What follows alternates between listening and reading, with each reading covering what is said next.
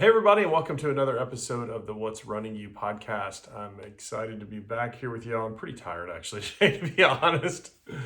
And because let's just be honest, let's have a talk. And, I've wanted to talk about this the last couple of weeks and kind of even recorded like a minute or two and just kind of bailed out because I'm a wimp.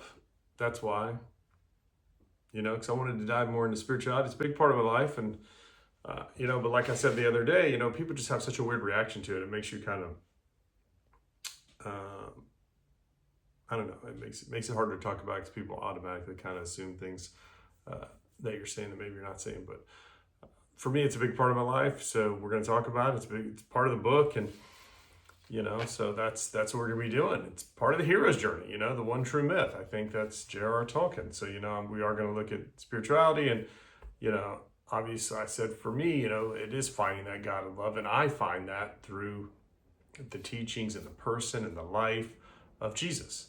And so we're going to talk about that a little bit today, because I think I'm just inspired by his life. So that is the ultimate guide for me, right? And I think I have a bunch of different guides and board members, but kind of like the chairman for me is this God that Jesus shows us. This God in some way, it's a father and a creator that we can experience that way, and then also like a brother through him, and then also the Holy Spirit. This God somehow is in me in a way. So it's a real, it's a big God, and so I think that is something that I love about it. And I think what Jesus is calling us, he talks about this good news of the kingdom of heaven, this sense of bringing this love that God is into our lives now, heaven all the way to heaven. So I think that's a big part of it, is like entering that life now. And he does that through,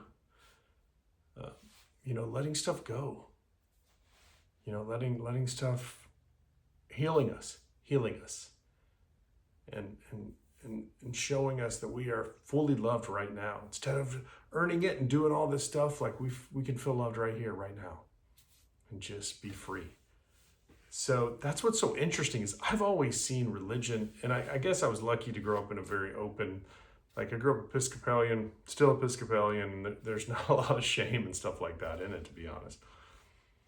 So I've always associated with religion is freeing us in life, right? Is not something that strangles us, but is actually, it's removing the chains from us so that we can live free.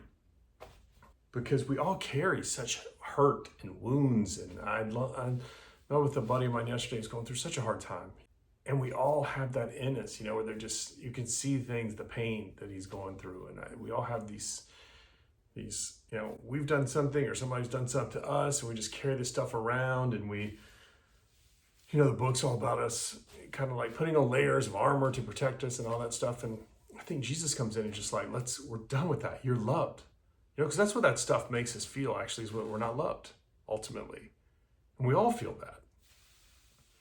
And I think the main thing is coming and saying, you're loved right where you are. You're worthy. You can lay that stuff down. You don't have to carry that stuff anymore. I'll carry it. I'll take it off you.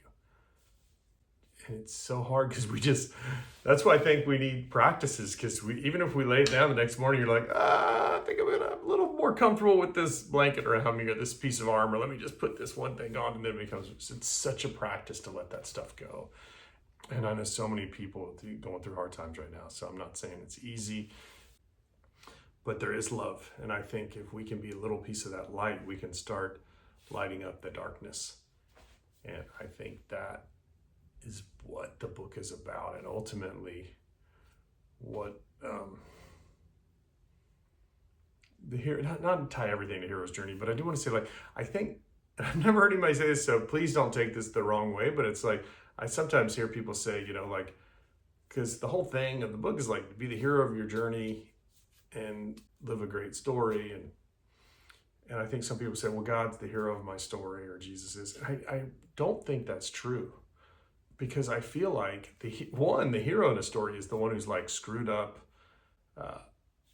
is far away from what they want. And the hero's journey is actually something that that grows someone from basically not a hero to a hero. And there's a lot of growth there. And so I think that God, Jesus, whoever you believe, whatever you believe, is for me, Jesus is the guide character, because the guide character is on the other side. They're trying to lead us. So I think that's the way I look at it.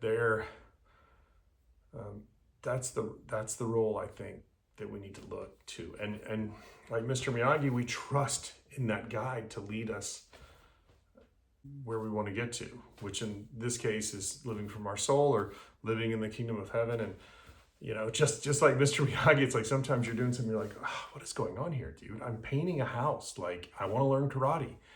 And sometimes we don't get it. It's really, and it's hard, but I think, that's something I work on with these little practices, just trusting in that and living from that place. So, but I do think that vision of the kingdom of heaven being alive in us and inside us and a place we can live from, it's really beautiful, and from a healed place, and know our worth, so we're not manipulating everyone to get what we want, or it's like we're living from that place, and it's tough. I'm not saying it's easy, but it is the journey we're on. So yeah, that's the way I kind of look at some things. I want to see a little bit more of that kingdom of love here, and yeah. Thanks so much.